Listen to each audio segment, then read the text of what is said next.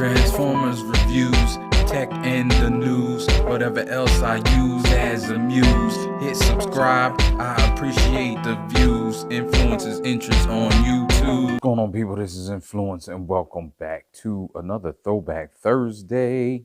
Today's Thursday, and I have something here that I don't even know the name of. This was probably the first legend scale figure I got, I believe, if I'm remembering correctly. There may be one other, and I got to think about it. Got to look back and see. But I think this was like one of the original legend scale figures that I own. It wasn't that great before the time it was, and it's Soundwave. It was a good Soundwave. Button didn't work. This did work. Tape looks about as simple as a legend scale tape could be. If you know the name of this figure, by the way, leave it in the comments, because I forget who made this. I don't know if I don't know. I'm not even gonna guess. I don't know who made it, and I can't even get his head out. And that's it. His head flipped out, and he had the wings. I may have done a review on this way back when. Can't remember. But yeah, his feet didn't come out or anything. Like, the leaps forward for legend scale has been great since this guy, which is why I'm doing it for the Throwback Thursday. So you have that, and that's all for the tapes. And actually, we can compare him to, say, a legend scale tape of today, which is Magic Square. And you can see the vast difference. You know, if you know how Magic Square did their tapes, you know that you didn't get Laserbeak. You got Buzzsaw, because they want you to buy the other version of their Soundwave in order to get Laserbeak, which rubbed me the wrong way, so I never got it. I probably won't. But yeah, just for this comparison, you see his feet. This looks more like, this is a great legend scale tape minion, because it's just great. It's great detail. Now this, not so much. But for the time, it was what it was. And here's Soundwave. He got his weapons back here that could come off and store.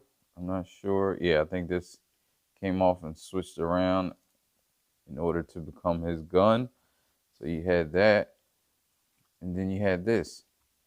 Transformation was very simple. I believe, if I remember how to transform it. And I think it was pegged in back here. Yeah, see that peg? It's pegged in. Move the legs down. Flip the legs around.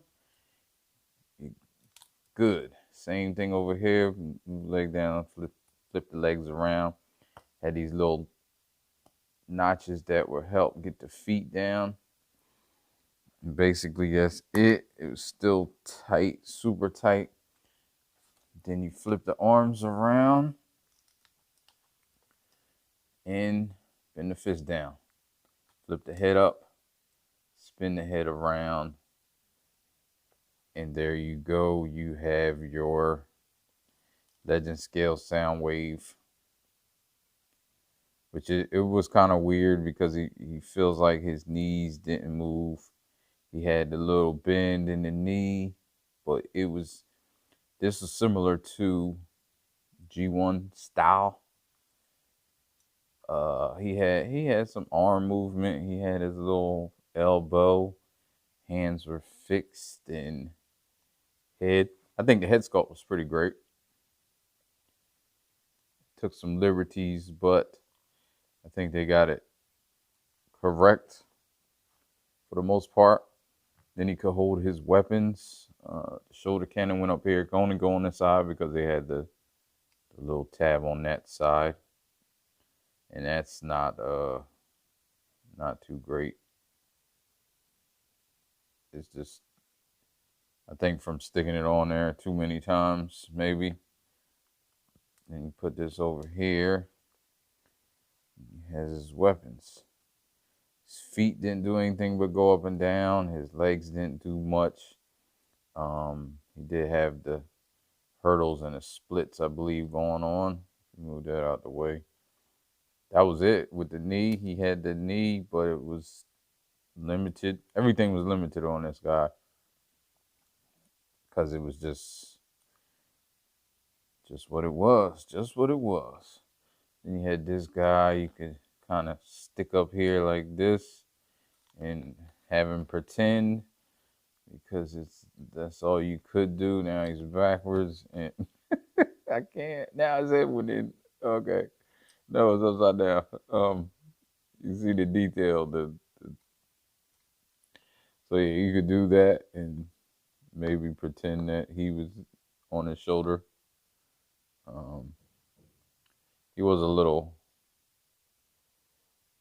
lopsided a little bit. Not lopsided, but back heavy because of his backpack.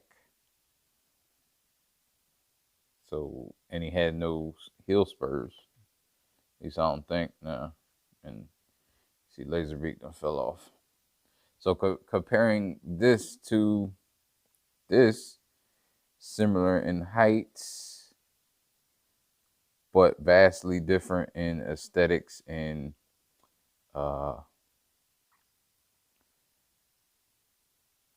you know, articulation. I was trying to think of the word. You had the double jointed elbows. He's falling. He can't get up. You have the little spot where these guys could stand.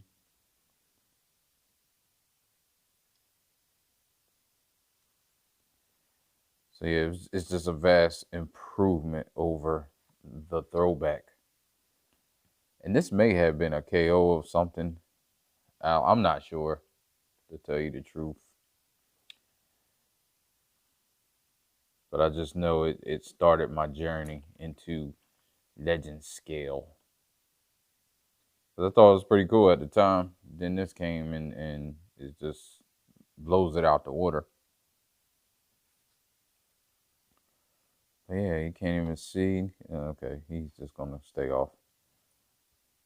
But yeah, you can see this. It wasn't a bad. It's still not a bad looking Soundwave. It's still aesthetically kind of like G1 toy version. And articulation wise, I mean, barring articulation, everything else is pretty good. He doesn't have any waste or anything. All right, so yeah, this is just a throwback because this was, you know, this was something that started between this and Unique Toys, I believe, or DX9, I think started. That's when I figured out like what they could do with Legends. DX9, even though, I mean, they have ties with New Age now. So when I got this and then I saw DX9's Dinobots, I really was like, okay, so this scale can work. They can really make good bots. I mean, now they're just outdoing themselves every time with the bots that they're making in the smaller scale.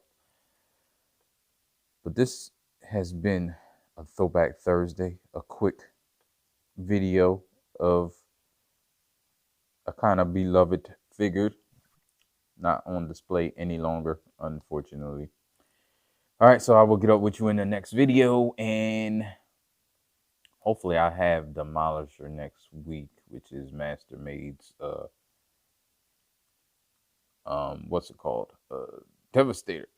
My mind's not working today.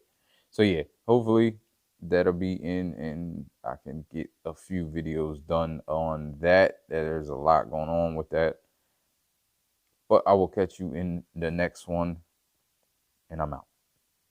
Life ain't over. Life ain't over. Life ain't over. As long as you alive, you can give another try and take it real high if you want.